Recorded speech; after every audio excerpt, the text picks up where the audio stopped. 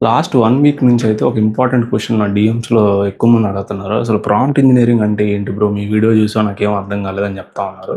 And ఇంకా చాలామందయితే ఇది skip కూడా చేసేస్తున్నారు. ఇది ఓన్లీ డెవలపర్‌కి, టెస్టర్స్‌కి అవసరం లేదు అనే మెసేజెస్ కూడా వచ్చాయి.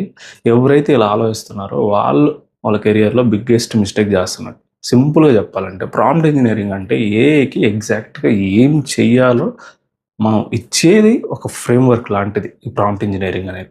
ఓకేనా? ఇలా అనుకో ఫర్ సపోజ్ నువ్వు టెస్ట్ కేసెస్ రాయాలి.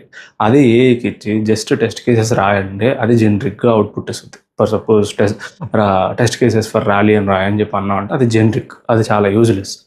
అక్కడ మనం ఏందంటే ఫర్ సపోజ్ ప్రాంప్టింగ్ ఇచ్చి like act as a QA act as a senior QA engineer and given this login user story, so generate the boundary value test cases in table format with the steps and expected results. So ఇక్కడ ఏంటంటే ఒక clear కట్గా ఒక structured అయిన instruction అనేది ఇస్తున్నాం. So అప్పుడు ఏంటంటే మనకి అవుట్పుట్ అనేది చాలా ప్రొఫెషనల్ లెవెల్లో వస్తుంది.